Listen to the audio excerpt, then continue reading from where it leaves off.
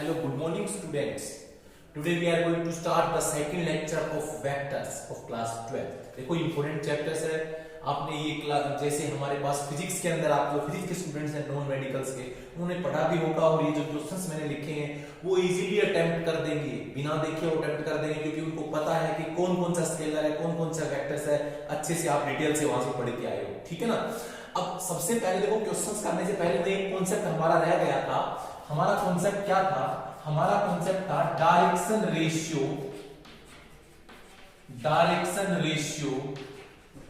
And direction cosine.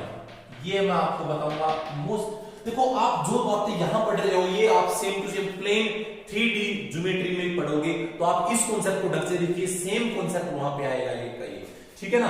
तो हमने consider किया, देखो डायरेक्शन कोसाइन को हम dr से लिख देते हैं, DRS डायरेक्शन कोसाइन रेशियो को, डायरेक्शन रेशियो को dr से लिख देते हैं और डायरेक्शन कोसाइन को dc से लिख देते हैं। ठीक है ना। डायरेक्शन कोसाइन dc से लिख देते हैं। अब हमने क्या किया, लेट हमने किया p x, y, z be the coordinate of point lies in the space। ये कोई पॉइंट्स है जो स्पेस में हमारा लाइज कर रहा है, कोऑर्डिनेट ऑफ पॉइंट्स है। ठीक है। जिसका स्केलर कंपोनेंट है x, y और z है। ठीक। यहां से अभी हमने बताया भी था आपको, जैसे मान लीजिए हम इसका डायग्राम ड्रॉ करें आपके सामने, ये x एक्सिस है, ये हमारा y एक्सिस है, ये हमारा z एक्सिस है और ये P पॉइंट है जो है x, y एंड z। ये आपको दे रखा है। ये ओरिजिन O है और इसका ये क्या है, ये है हमारा OP जो है वो पोजीशन वेक्टर है, जिसको हम जनरली R से डिनोट कर देते हैं वेक्टर से। अगर OP वेक्टर ले तो R से कर रहे हो, मींस जो हमारा OP वेक्टर है हम सब बताएंगे आपको, OP वेक्टर को हम R वेक्टर से डिनोट कर देते हैं। ठीक है ना। आपको ये भी पता होगा कि OP वेक्टर हमने वहां पे क्या करवाया था, आप सभी को अच्छे से पता होगा। हमने प्रीवियस वीडियो में बताया था OP वेक्टर होगा xi, yj and zk cap होता है। ये हमने पोजीशन वेक्टर बताया था 3 एक्सिस के अलोंग, क्योंकि आप सभी को पता है जो i कैप है वो x के अलोंग यूनिट वेक्टर है, j कैप है वो z के अलोंग यूनिट वेक्टर है और k कैप है वो किसके अलोंग यूनिट वेक्टर है, वो हमारा जो यूनिट वेक्टर होगा वो किसके अलोंग होगा, ये z जो k कैप है वो z के अलोंग यूनिट वेक्टर होगा। ठीक है ना। उसके बाद आप और देखिएगा इसी के अंदर ही हम जो नेक्स्ट एक्सरसाइज में जो कॉन्सेप्ट यूज होने वाला है वो भी हम यहीं पे करवाएंगे। ठीक है ना। अगर आपका 2 डायमेंशनल हो तो आपको xi प्लस yj लेना है, 3 डायमेंशनल हो तो xi, yj एंड z के लेना है। अगर हम मैग्नीट्यूड की बात करें, OP के मैग्नीट्यूड की, R के मैग्नीट्यूड की, देखो R का जो मैग्नीट्यूड है इसको जनरली हम R भी लिख देते हैं। यहां पर OP वेक्टर लगा रहे हो तो मैग्नीट्यूड का साइन आ गया। अगर आप इसको OP लिखते हो तो भी इट मींस क्या होता है, इसका मैग्नीट्यूड ही होता है, जो कि क्या होगा, स्क्वायर रूट हमारा होगा x का स्क्वायर, y का स्क्वायर और z का स्क्वायर। अगर x और y कोऑर्डिनेट होते हैं तो हमारा सिर्फ होगा x square plus y square, सिर्फ इतना होगा। उसके बाद आप लोग देखिएगा ये हमारा हो गया इसके अंदर, या इसको अगर OP को हम बोल सकते हैं इसके अंदर R वेक्टर भी हम R ओनली R हम बोल सकते हैं। ठीक है। अब हम बात करते हैं let alpha beta and gamma be the direction angle with x axis, y axis and z axis respectively. ये हमारे डायरेक्शन एंगल्स हैं। देखो डायरेक्शन एंगल कौन कौन से होंगे, जैसे ये x एक्सिस के साथ में ये अल्फा हो गया, ये y एक्सिस के साथ में जो रहेगा ये हमारा होगा बीटा और जो z एक्सिस के साथ में रहेगा वो हमारा रहेगा गामा। आप ये ध्यान रखोगे, ये होगा अल्फा बीटा एंड गामा, ये हमारा रहेगा, ये क्या रहेगा, हमारा डायरेक्शन एंगल्स रहेंगे। ठीक है ना। अब डायरेक्शन कोसाइन, डायरेक्शन क्या लिखेंगे, डायरेक्शन कोसाइन आर। देखो कोसाइन का मींस क्या होता है, डायरेक्शन एंगल। डायरेक्शन एंगल है तो हमने अल्फा, सिर्फ एंगल लेते हैं अल्फा बीटा गामा। अगर डायरेक्शन कोसाइन हो गया तो कोस के साथ लगा दीजिए, तो क्या होगा, x के अलोंग कोस अल्फा, y के along cos beta and z के अलोंग हमारा होगा कोस गामा। ये कोस अल्फा, कोस बीटा और कोस गामा ये हमारे डायरेक्शन कोसाइन होते हैं। कोस के साथ अगर हम डायरेक्शन एंगल से ले लेते हैं, अगर अल्फा लेते हैं तो x के अलोंग डायरेक्शन कोसाइन होगा, गामा बीटा लेते हैं तो y के अलोंग डायरेक्शन कोसाइन होगा, और गामा लेते हैं कोस के साथ तो z के अलोंग डायरेक्शन कोसाइन होगा। And it direction it is denoted by, direction cosine को हम किससे डिनोट करते हैं, LMN से। डायरेक्शन कोसाइन हम लिख देते हैं, जैसे यहां से हम लिखें direction cosine denoted, DC mean समझ गए ना, denoted by LM and N। Direction cosine को हम किससे डिनोट करते हैं, हम इसको डिनोट करते हैं LM और N से डिनोट करते हैं, ठीक है ना। और अगर हम लिखे डायरेक्शन रेशियो डिनोटेड बाय, इसको small a small b and small c से डिनोट करते हैं। देखो रेशियो को, डायरेक्शन रेशियोज को हम डिनोट करते हैं a b और c से डिनोट करते हैं, और डायरेक्शन कोसाइन को डिनोट करते हैं LMN से डिनोट करते हैं। तो यहां से हमारा आ जाता है कि L हमारा होगा कोस अल्फा और M हमारा होगा कोस बीटा और N हमारा होगा, ये होगा कोस गामा। ये हमारे डायरेक्शन कोसाइन हो गए, जो बड़ा ही इजी और आसान कॉन्सेप्ट है, ठीक है ना। अब देखो साथ साथ हम नेक्स्ट चैप्टर के बारे में भी हम आपको कंप्लीट बताएंगे, जो बेसिक्स है वो भी हम क्लियर करवाएंगे। ये कोस अल्फा, कोस बीटा और कोस गामा होता है हमारा, ठीक है। अब हम बात करें, जैसे अगर आप कहो सर हमें तो इसके अंदर जो कोऑर्डिनेट्स क्या लिखेंगे, coordinate of points in terms of direction cosine. Direction cosine की टर्म्स में अगर कोऑर्डिनेट्स हमें फाइंड करने हो, पॉइंट्स के कोऑर्डिनेट्स फाइंड करने हो किसकी टर्म्स में, डायरेक्शन कोसाइंस की टर्म में, तो आप एक बार सिंपली देखिए, ये राइट एंगल ट्रायंगल बन जाएगी हमारी, क्लियर। और आपको पता है x के अलोंग ये x होता है कि नहीं होता, तो आपको ये भी पता हो गया कि कोस अल्फा हमारा क्या होगा, बेस हमारा, जैसे हम ये a कंसीडर करते हैं तो यही तो होगा OA अपॉन OP, तो OA हमारा x है। अगर वेक्टर लगाएगा, OA वेक्टर हो जाए तो यहां पर xi करेंगे और ओनली OA लिखते हैं।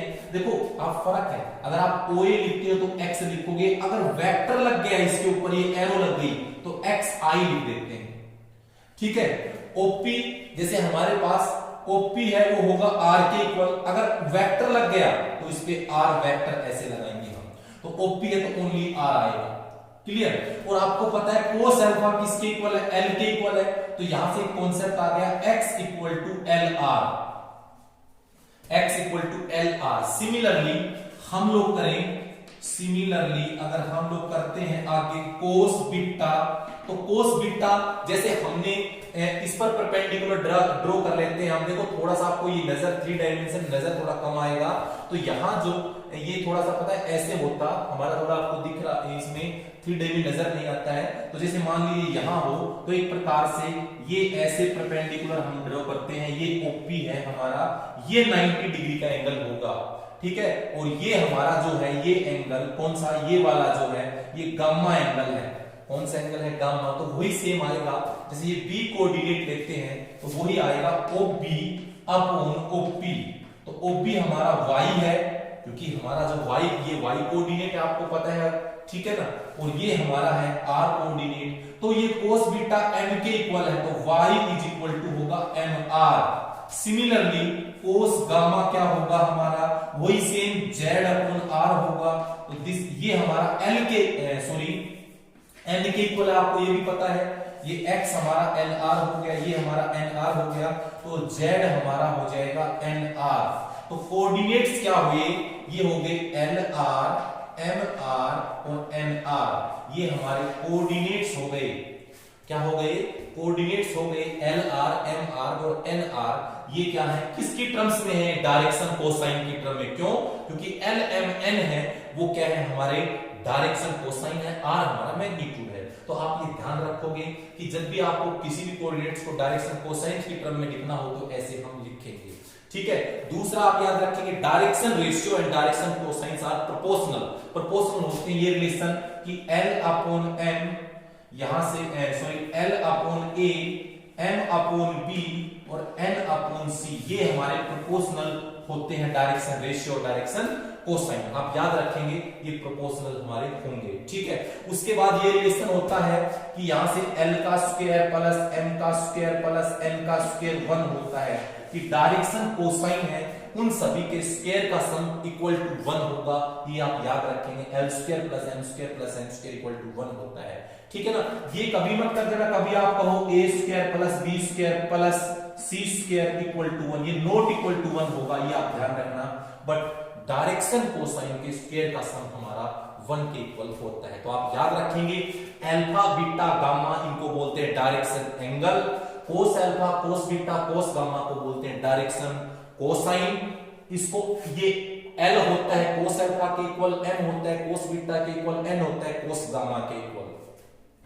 जो हमारे डायरेक्शन कोसाइन होते हैं उनको हम डिनोट करते हैं L M N से डिनोट करते हैं, और डायरेक्शन रेशियो होते हैं उनको हम डिनोट करते हैं A B और C से डिनोट करते हैं, ठीक है, समझ गए। इनको डायरेक्शन रेशियो से हम डिनोट करेंगे। उसके बाद जो हमारे कोऑर्डिनेट्स, किसी भी पॉइंट्स के कोऑर्डिनेट अगर डायरेक्शन कोसाइन की फॉर्म में लिखना हो तो वो होगा LR MR और NR होगा। उसके बाद डायरेक्शन रेशियो और कोसाइन प्रोपोर्शनल होते हैं, L upon A equal to M upon B equal to N upon C, तीनों इक्वल होंगे हमारे, प्रोपोर्शनल होंगे ये तीनों, ठीक है। उसके बाद में पोजीशन वेक्टर के कोऑर्डिनेट, उनका मैग्नीट्यूड आपको अच्छे से समझ में आना चाहिए, ठीक है ना। तो ये हमारे कॉन्सेप्ट है। एक्सरसाइज 10.1 में इतना ज्यादा वाइडली नहीं है, ये एक छोटा सा कॉन्सेप्ट था जो मैंने आपको क्लियर करवाया है। इसके अंदर डायरेक्शन रेशियो और कोसाइन के बारे में इस चैप्टर में सिर्फ इस एक्सरसाइज में हमारा इतना ही कॉन्सेप्ट है। जैसे हमारे आगे वाले एक्सरसाइज में अगर आगे आएगा तो हम उस एक्सरसाइज के साथ आपको बताएंगे, ये सब बातें आपको क्लियर करवाएंगे हम, ठीक है ना। उसके बाद हम ये करेंगे, इसमें जो एक्सरसाइज है हमारी 10.1 वो आप लोग देखिएगा। देखिए स्टूडेंट्स, एक्सरसाइज 10.1 हमने राइट साइड में लिखा है, हमने जितने भी कॉन्सेप्ट है वो सब अटेम्प्ट करवाए, आप देखिएगा एग्जांपल्स है 10.1 के। सबसे पहला जो इसका क्वेश्चन आप पढ़ेंगे, देखो ये डायरेक्शन से रिलेटेड है, तो आप जब भी डायरेक्शन की बात करें तो आपको लिख देना है, ये पता है नॉर्थ साउथ वेस्ट और ईस्ट, ये आपकी डायरेक्शन होती है। कभी भी हम प्लेन पेपर पर डायरेक्शन करेंगे, सबसे ऊपर नॉर्थ लिखेंगे, नीचे साउथ, फिर इधर वेस्ट और फिर ईस्ट लिखेंगे, ठीक है ना। हमने क्या करना है, सुनना ढंग से, कि एक डिस्प्लेसमेंट ड्रा करना है, डिस्प्लेसमेंट, ठीक है, ऑफ 40 किलोमीटर जिसका मैग्नीट्यूड है, जैसे मैंने यहां पर O कर लिया, ये OP मैंने डिस्प्लेसमेंट कर लिया है जिसका मैग्नीट्यूड है 40 किलोमीटर। OP का जो मैग्नीट्यूड है 40 किलोमीटर है, ठीक है, और किसमें है, और जो 30 डिग्री एंगल बना रहा है वेस्ट ऑफ साउथ। एक बात आप ध्यान रखेंगे, वेस्ट ऑफ साउथ में जब भी तो आप 30 डिग्री एंगल साउथ डायरेक्शन में जो ये लाइन है साउथ, जैसे एंड ऑफ के बाद आपका साउथ है, तो आप साउथ जो है ये इसके साथ में बनाओगे एंगल, ये साउथ के साथ में। अगर यहां पर बोलता साउथ ऑफ वेस्ट बोलता तो वेस्ट के बिल्कुल साथ बनाते हैं, बट अब एंड में ऑफ साउथ है तो साउथ के साथ हम ऐसे ये ड्रॉ करेंगे। हमने मान लीजिए स्केल कर लेते हैं, स्केल ये 10 जो हमने इसका स्केल लिया है वो स्केल लिया है 10 किलोमीटर का, मतलब जो एक इसकी जो लाइन है वो 10 किलोमीटर के इक्वल है, तो इसमें 4 लाइंस हमारी बनेगी। तो ये मैंने OP जो मेरा यहां तक है P पॉइंट OP, इसकी जो लेंथ है ये 40 किलोमीटर है, और वह डिस्प्लेसमेंट है तो वेक्टर का साइन हम लगाएंगे ऐसे, ये वेक्टर हो गया हमारा, ठीक है, OP डिस्प्लेसमेंट। तो ये OP क्या है, OP is displacement vector, is displacement, ठीक है, डिस्प्लेसमेंट है।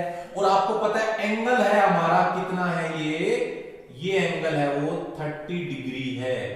किसमें आप देखोगे साउथ वेस्ट वाले क्वाड्रेंट के अंदर साउथ के साथ में 30 डिग्री का एंगल बनाएंगे, और ये जो हमारा इसकी जो ये है, ये इसका मैग्नीट्यूड है OP का वो है 40 किलोमीटर, और ये OP जो वेक्टर का साइन लगाएंगे डिस्प्लेसमेंट हो जाएगा। इस प्रकार आप ड्रॉ करोगे, ठीक है, ये हमारा फर्स्ट क्वेश्चन था। उसके बाद आपको दे रखा है 5 सेकंड, आप देखो आपके पास सेकंड है तो ये टाइम की बात कर रहा है, यहां पे किसकी बात कर रहा है, टाइम। और टाइम होता है वो स्केलर क्वांटिटी होती है, याद रखेंगे। टाइम देखो, टाइम हो गया, डिस्टेंस हो गई, स्पीड हो गई, ठीक है, लेंथ हो गई, ब्रेथ हो गई, ये सब कैसी क्वांटिटीज हैं, ठीक है। एरिया हो गया, वॉल्यूम हो गया, पेरीमीटर हो गया, ये सब कैसी क्वांटिटी है, ये सब की सब कैसी क्वांटिटी है, सब की सब स्केलर क्वांटिटी है। आपको यूनिट्स पता होना चाहिए। देखो लेंथ ब्रेथ हाइट की इसकी होती है मीटर सेंटीमीटर, ठीक है, इस प्रकार होती है। ये डिस्टेंस स्पीड किलोमीटर, ठीक है, किलोमीटर पर हावर, ये स्पीड की जो यूनिट होती है ये देखो किलोमीटर पर हावर बोल देते हैं, मीटर पर सेकंड बोल देते हैं। तो इस टाइप का कोई भी आएगा ये स्पीड को डिनोट करेगा, और जिसके आगे ये यूनिट लगी हुई होंगी किलोमीटर पर हावर, मीटर पर सेकंड, इस टाइप से वो होगा स्पीड होगा। ये डिस्टेंस किलोमीटर आ जाएगा, मीटर आ जाएगा, सेंटीमीटर आ जाएगा, ये सब डिस्टेंस है। लेंथ मीटर सेंटीमीटर, ये एरिया मीटर स्क्वायर आएगा, सेंटीमीटर स्क्वायर आएगा, इस प्रकार जिसके ऊपर स्क्वायर लगा होगा। वॉल्यूम क्यूब लगा होगा, metre cube, centimetre cube. Perimeter में ये सेम है, सेंटीमीटर, मीटर, इस टाइप से हमारे मिलीमीटर, इस टाइप से हमारे आएंगे। तो ये 5 सेकंड टाइम है जो कि स्केलर है। दूसरा हमारा है इसी में ही, ये है 1000 सेंटीमीटर क्यूब। आपको पता है वॉल्यूम है, और वॉल्यूम कैसी क्वांटिटी है, स्केलर क्वांटिटी, अभी हमने बताया है। उसके बाद हमारा है 10 न्यूटन। पहले एक और है, ये 30 किलोमीटर पर हावर। ये आपको पता है स्पीड है, और स्पीड भी कैसी क्वांटिटी है, स्केलर क्वांटिटी है। आपको सब पता है ये चीजें, ठीक है, आप कर सकते हो। अगला है 10 न्यूटन। अब 10 न्यूटन हमारा जो है, इसके अंदर 10 न्यूटन है, फोर्स है। फोर्स होता है, ये होता है वेक्टर क्वांटिटी। फोर्स होता है वेक्टर क्वांटिटी। फोर्स हुआ, डिस्प्लेसमेंट हुआ, ठीक है ना। डेंस देखो हमारे वेक्टर, ये जैसे फोर्स हो गया, डिस्प्लेसमेंट हो गया, डेंसिटी हो गई। डेंसिटी भी कैसी क्वांटिटी है, ये भी हमारी कैसी क्वांटिटी है। इसके अंदर ये वेलोसिटी, हमारे पास वेलोसिटी रहेगी, वो क्या रहेगी, वो हमारी होगी स्केलर क्वांटिटी, ठीक है। डिस्प्लेसमेंट रहेगी वेक्टर क्वांटिटी। 10 न्यूटन होगी वेक्टर क्वांटिटी। उसके बाद है, ये है 10 ग्राम पर सेंटीमीटर क्यूब। ये डेंसिटी की यूनिट है, डेंसिटी, ठीक है। तो ये कैसी है, वेक्टर क्वांटिटी हो गई हमारी। डेंसिटी होती है वो वेक्टर क्वांटिटी होती है। अगला हो गया 10 मीटर पर सेकंड। ये वेलोसिटी, बेटा वेलोसिटी होती है, वो होती है वेक्टर।